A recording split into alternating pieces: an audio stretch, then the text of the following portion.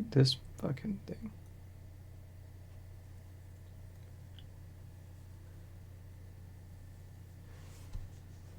I think that's as good as we're gonna go get it. So I was scrolling Instagram late at night after work. I saw a repost about the infamous meme movie hoax. You remember, right? There was this fake article edited to look like an article from Jacob Stolworthy of The Independent, and it said, Sony Pictures Animation announces meme movie, slated for 2020. In August of 2017, he had to publish that no meme movie was to come out, nor was the article real. And it got me thinking. The Skibidi toilet movie. As of now, it is in practical freefall, especially given the potential legal issues, Michael Bay's denial that he was working on it, a reconfirmation that it was still in development, and just so much more actively going on. So we can hold the specifics on that for another time. God, that's gonna be as good as I can get. And slowly I went on this weird spiral of internet culture being displayed on movies and television. I was an annoying Orange fan as a kid, and still would say I am now at 21, as embarrassing as that is. And when I was younger, I was excited for the TV adaptation, and maybe kinda sorta remember liking it.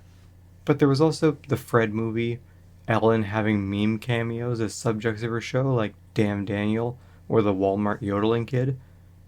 There was the FNAF movies, Iron Lung, even the much-adored upcoming movie about the Backrooms, and that list is non-exhaustive, of course, mainly pulling from what is floating around in this neurosis soup of my brain. Media today, in a way, feels like more of a product now than it ever has. Because, let's be real, it was always a product, who were we fooling? But it seems less hidden about its productness. The crass of the internet, the kitsch of someone's 3 a.m. high thought turned into YouTube meme series, the popular indie gamer horror series, more and more seems to be extracted into the current cycle of being made into these hyper-consumable bits of media meant to be film-worthy. All the while, stripping what made them popular in the first place.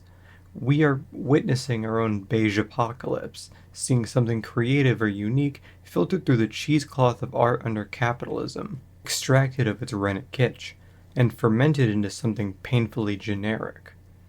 They have skinned the tiger and sold its pelt.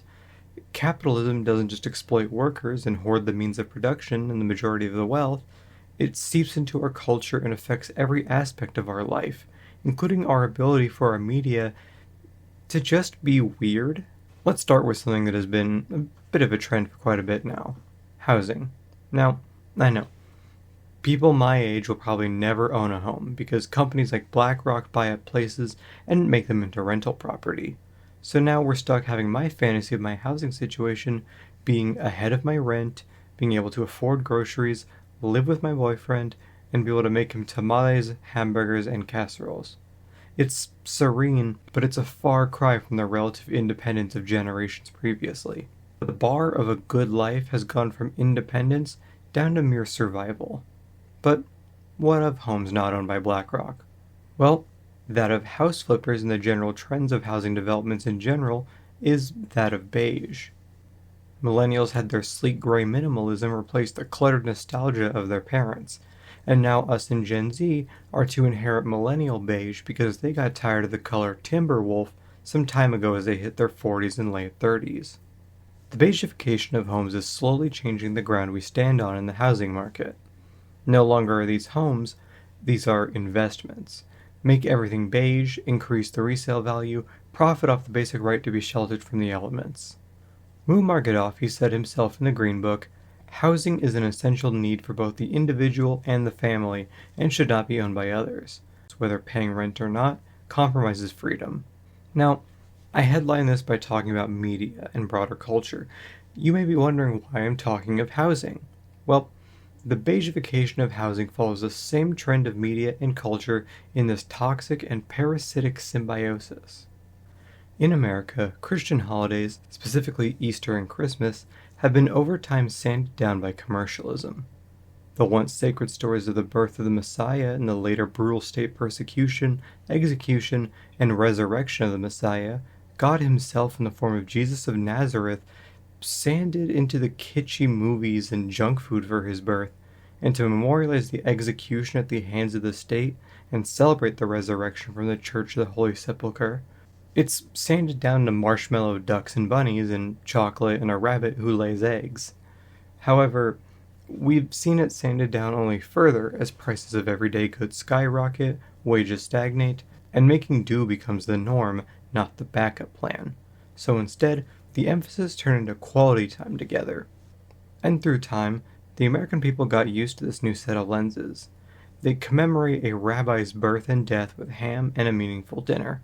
And, it's beautiful. We should always seek to spend more time with our loved ones. It's good for the soul and mind. But the mindset that the spirit of the holiday is simply togetherness is factually incorrect.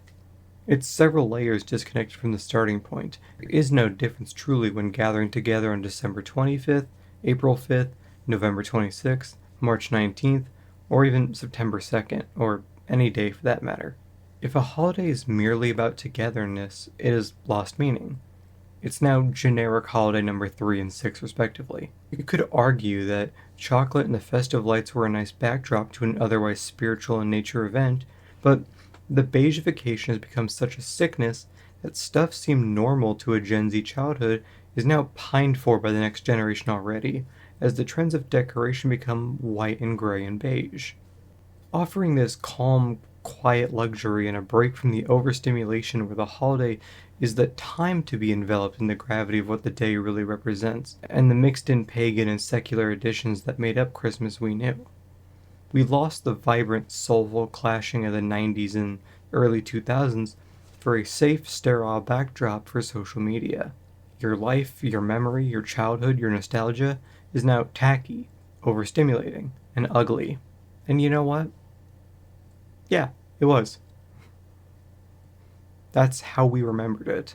But now we drown in grayish, and in parts of the country where a white Christmas is not usual, climate change is only giving us hotter and hotter Christmases, further fueling the disconnect of the winter holiday, or at least the one that I remember, while corporations and governments kill the earth for profit.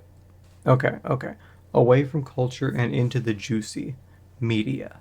Now, when I talk about Beige-ification of media, I mean how modern medias have become the same generic slop. The same hero's journey, the same playbook. Reach the demos, cut the blood and sex so you can call it PG-13, and always pander towards the youngest of the overall age spectrogram. Movies nowadays have been aiming for mass market appeal instead of being creative. They have settled on a guaranteed C grade, confident mediocrity over earnest failure. Over a potential F grade to a potential A grade, they have chose the guaranteed C. Without risking a potential F grade, you can never achieve an A.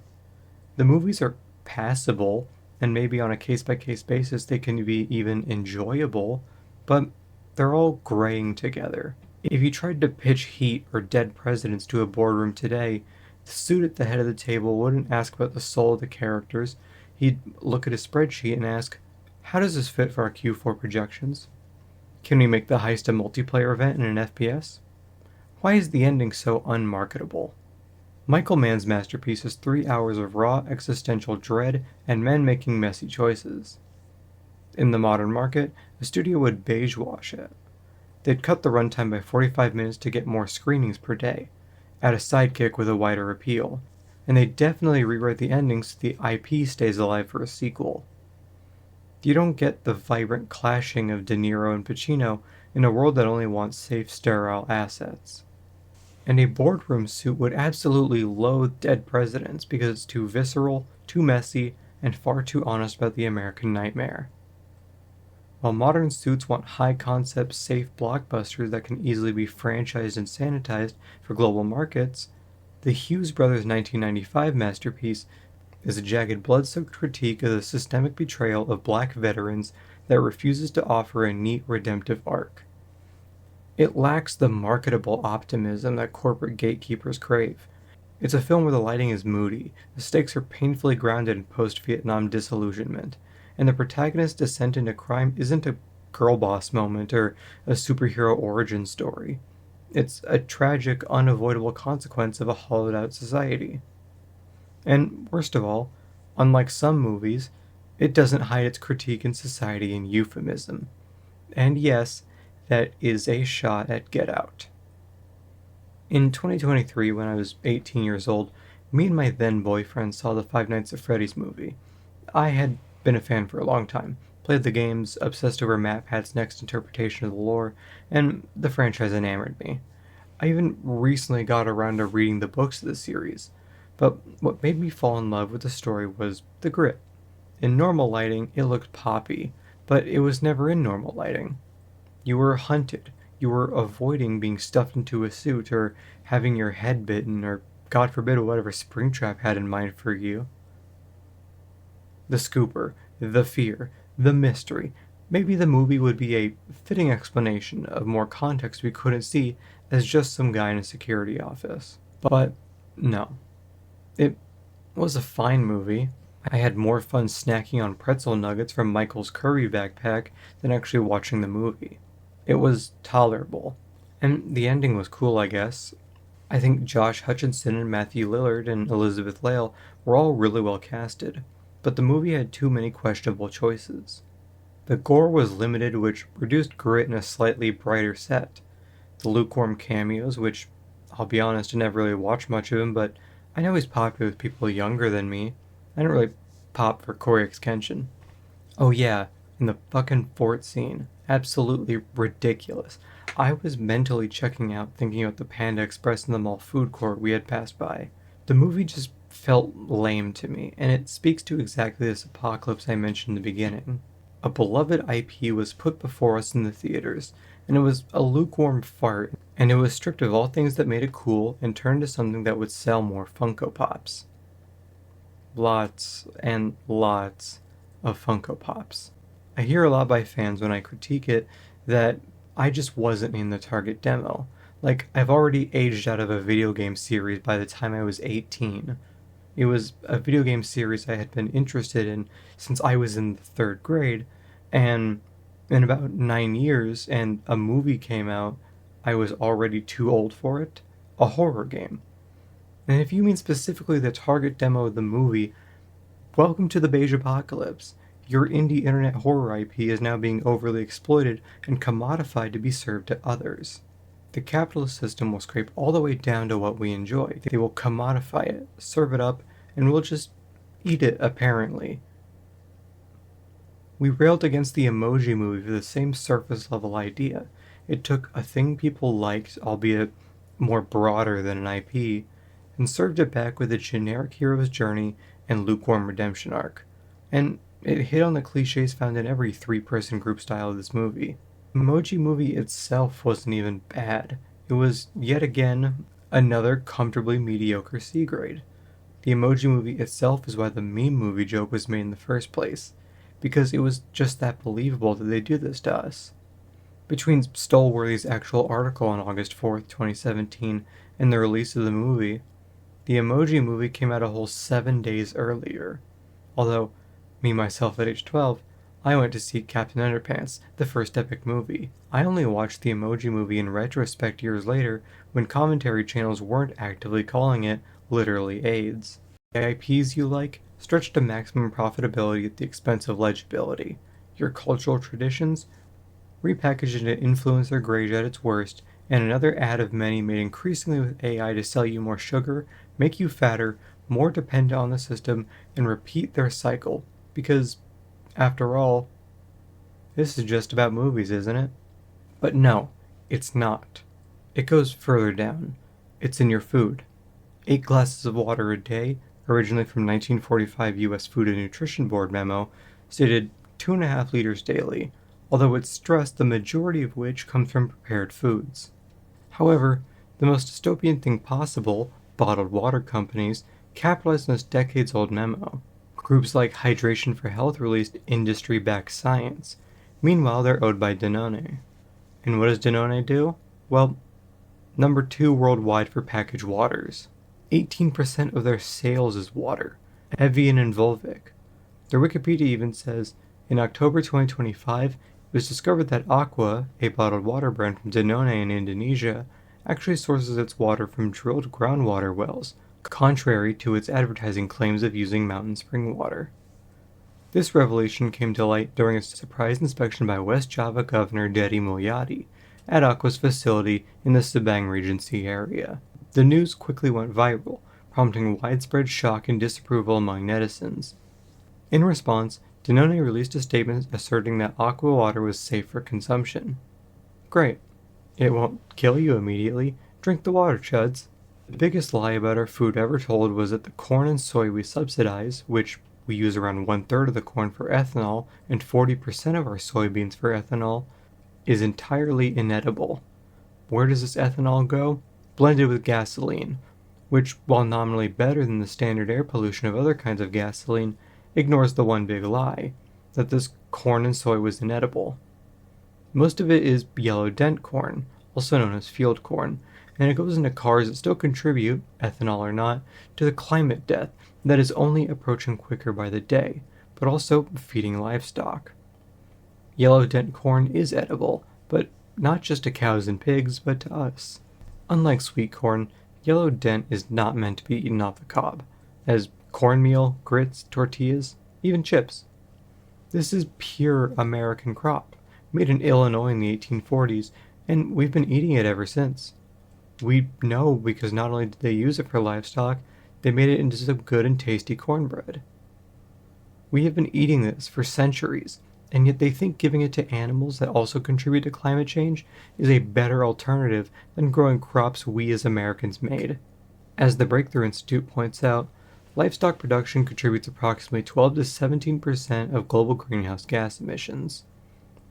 We just accept it under the lie that it was inedible in the first place. Why? Because meat companies can sell more red meat thanks to corn being used for feed, and oil companies get subsidized ethanol.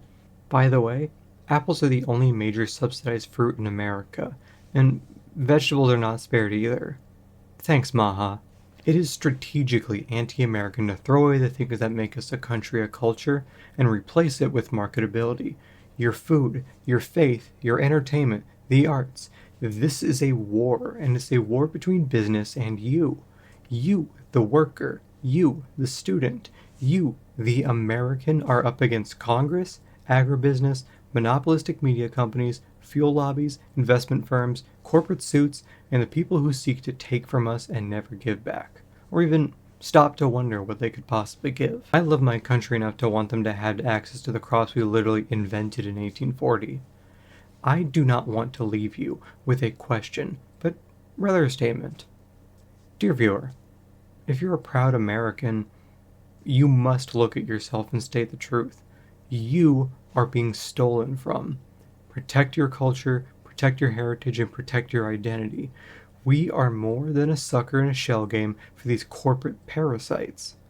The Beige Apocalypse was never just about home deco, or C-tier movies, or your favorite indie horror series. It's about defending your identity. Glory be. We can hold this. I can't say specifics. We can hold the specifics on that for another time.